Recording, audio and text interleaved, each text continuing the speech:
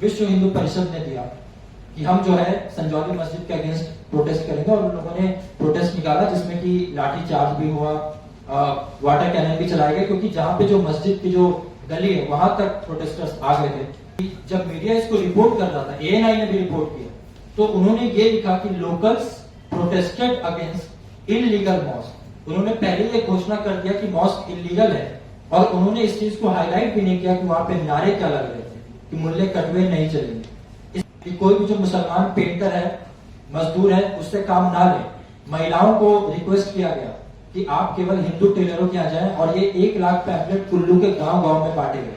ये सब हिंदू जागरण मंच का नेता है हिमाचल का, तो उसने मेरी और नदीम भाई की फोटो फेसबुक पे डाल दी और लिखा कि ये आतंकवादी हैं, शिमला में आए हैं माहौल खराब करने के लिए, और उसने जो है शिमला पुलिस को शिकायत कर दी।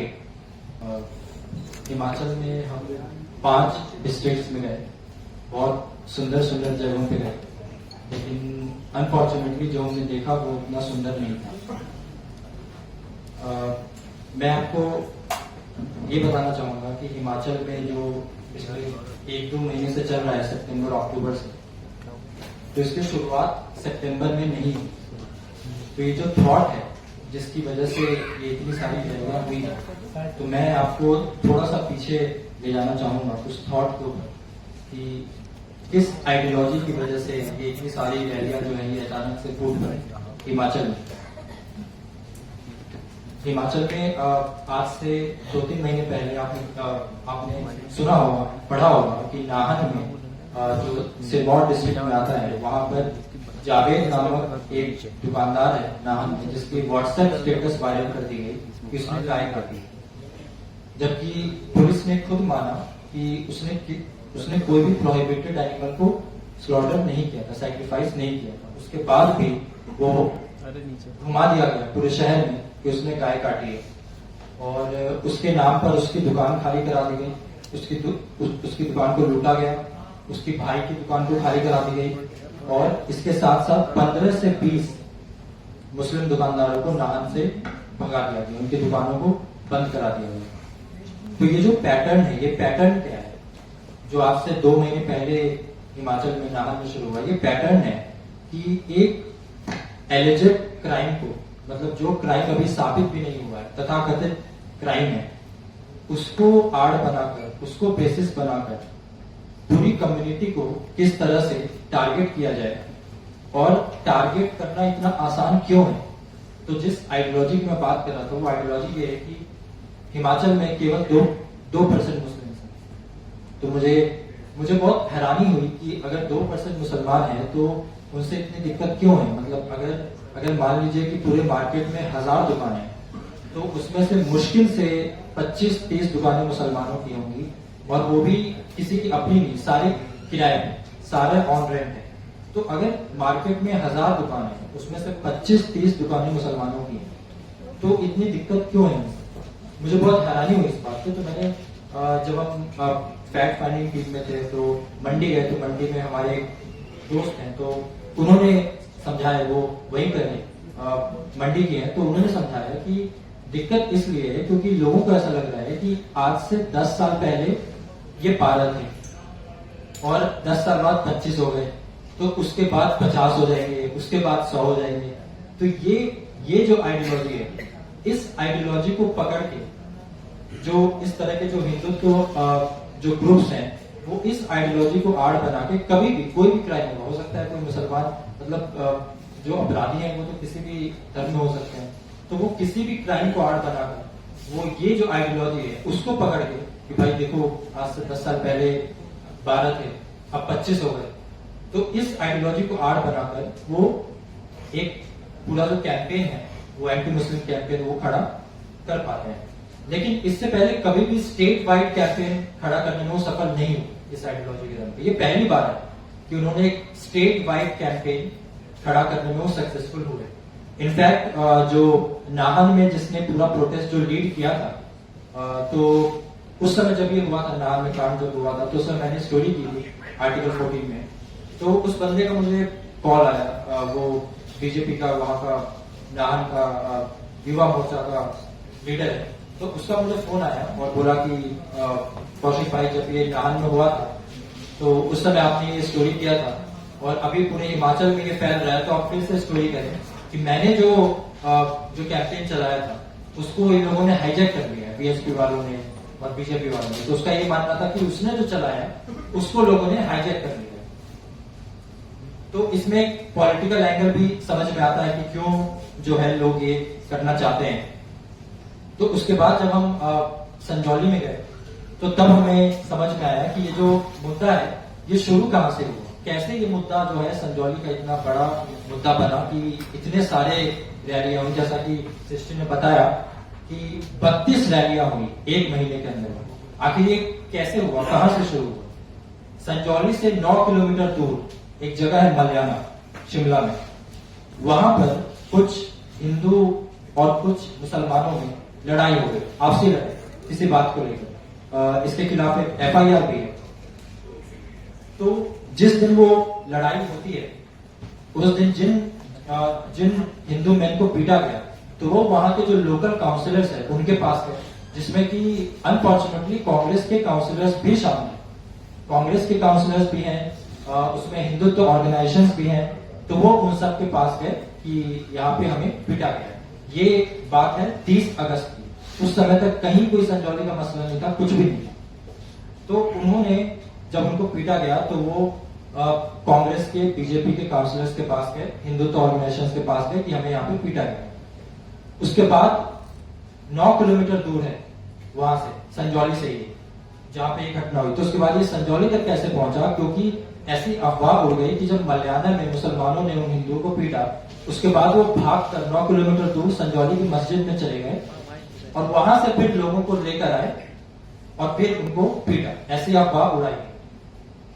इसके पीछे कोई भी फैक्चुअल बेसिस नहीं है, हमें ऐसा कोई भी इसके पीछे एविडेंस नहीं मिला कि इस बात में कोई सत्यता है, लेकिन ऐसा लोकल्स वहां पे कह रहे थे कि ऐसा हुआ। उसके बाद अगले दिन, एक दिन के बाद 1 सितंबर को पहला प्रोटेस्ट हुआ संजौली मस्जिद के ठीक बाहर, जहां पे कांग्रेस के काउंसिलर भी थे।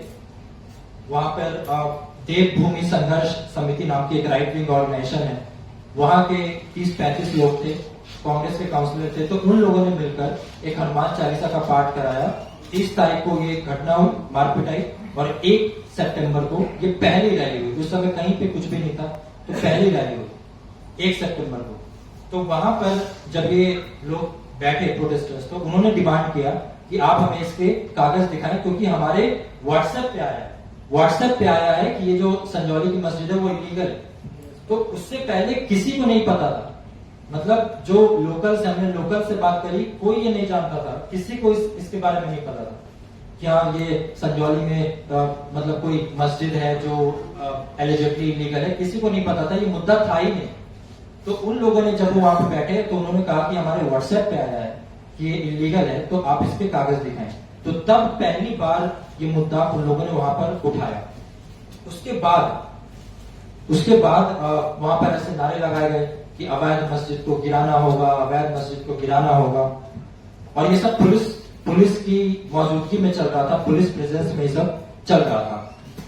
उसके बाद 1 सितंबर के बाद जब ये होता है, उसमें लोकल्स भी शामिल थे और वो लोग भी आए थे, लोग भी आए थे जिनको पीटा गया था।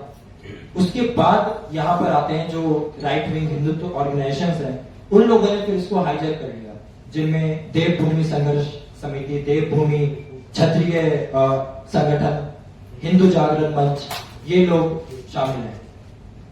उसके बाद इन लोगों ने अगला कॉल दिया 5 सितंबर को। इससे पहले भी कहीं कोई रैली नहीं थी, पहली रैली 1 सितंबर को ही।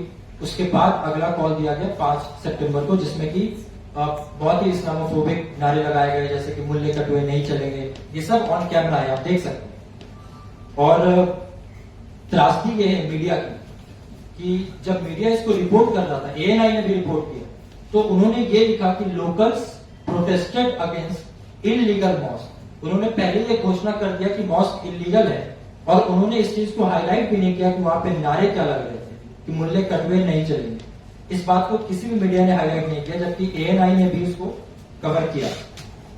5 तारीख को ये रैली होती है, जो कि लोकल जो हिमाचल प्रदेश बेस्ड जो ऑर्गेनाइजेशन है उन लोगों ने 5 तारीख को इसका कॉल दिया। अभी तक कोई भी जो नेशनल लेवल के ऑर्गेनाइजेशन है उनका अभी तक रोल इसमें नहीं है। 1 तारीख को रैली हुई, फिर 5 तारीख को हिमाचल बेस्ड हिंदुत्व ऑर्गेनाइजेशन की रैली।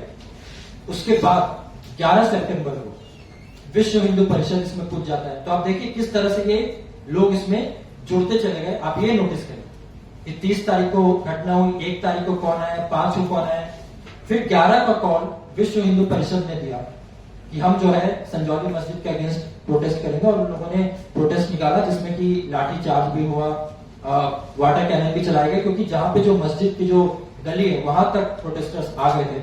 और जो उसमें जो मेन ऑर्गेनाइजेशन था तो उन्होंने लिखा कि हमारा काम अधूरा रह गया और हम फिर से आएंगे अपने अधूरे काम को पूरा करने।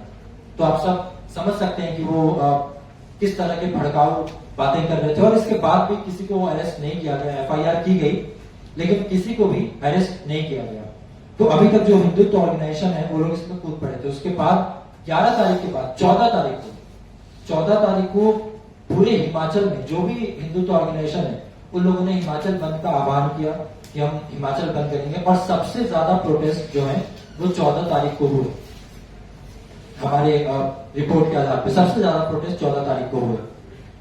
14 तारीख को ही देवभूमि जागरण मंच, ये एक और संगठन है जो कि कुल्लू में काम करता है, तो ये भी कूद पड़ा 14 तारीख को। और उन्होंने पैम्फलेट बांटे, उन्होंने 1 लाख पैम्फलेट बांटे पूरे कुल्लू में देवभूमि जागरण मंच ने, जिसमें साफ तौर पर लिखा था कि जो भी बाहर से आए हुए लोग हैं उनको आप दुकान मकान ना दें।